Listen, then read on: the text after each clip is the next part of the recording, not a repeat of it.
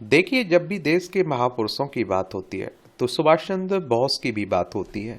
अब बात आती है कि गुमनामी बाबा या फिर सुभाष चंद्र बोस, ये पूरी कहानी क्या है, क्या मामला है, इस पर हम लोग बात करते हैं, जानते हैं। और देखिए, हमारा प्यारा भारत है। तो इस कहानी की शुरुआत हुई थी साल 1985 में, जब मैंने घर में दादाजी को किसी बाबा की मृत्यु के बारे में बात करते सुना था। समय बीतता गया और यदा कदा इस बाबा के बारे में बात होती रही, जिसे फैजाबाद शहर में गुमनामी बाबा के नाम से इसलिए बुलाया जाता था क्योंकि वह किसी से मिलते जुलते नहीं थे। हमेशा एक फुसफुसाहट सुनते रहे कि यह बाबा, जिन्हें लोग भगवान जी के नाम से संबोधित करते थे, वह शायद सुभाष चंद्र बोस थे, जो कथित रूप से गुमनामी में रह रहे थे। इस सनसनीखेज फुसफुसाहट पर गौर करने के लिए 16 सितंबर 1985 में चलते हैं। फैजाबाद शहर के सिविल लाइंस में स्थित राम भवन में इस गुमनामी बाबा की मृत्यु होती है और उसके 2 दिन बाद बड़ी गोपनीयता से इसका अंतिम संस्कार कर दिया जाता है। और लेकिन लोगों की आंखें तब फटी की फटी रह गईं जब इनके कमरे से बरामद सामान को करीने से देखा गया। उसी के ठीक बाद इस तरह की बात ने दम भरा कि यह कोई साधारण बाबा नहीं थे और सुभाष चंद्र बोस भी हो सकते हैं।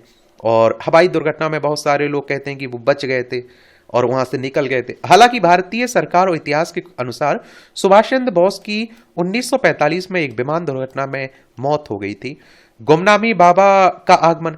फैजाबाद में स्थानीय लोगों के मुताबिक गुमनामी बाबा या फिर भगवान जी 1970 के दशक में जिले में पहुंचे थे। शुरुआत में यह अयोध्या की लाल कोठी में बतौर किराएदार रहा करते थे। कुछ ही दिन बाद बस्ती में जाकर रहने लगे थे, लेकिन बस्ती में उन्हें बहुत रास नहीं आया और भगवान जी वापस अयोध्या लौटकर पंडित राम किशोर पंडा के घर रहने लगे।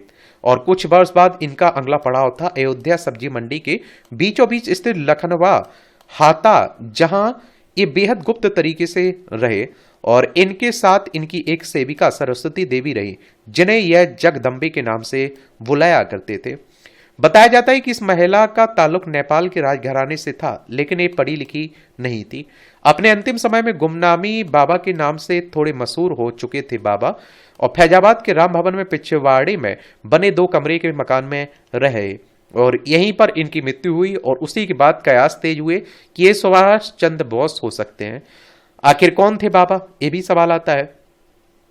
जब से इस गुमनामी बाबा या भगवान जी का निजी सामान बरामद हुआ और जांचा परखा गया, तब से इस बात का कौतूहल बढ़ा कि यह शख्स कौन था।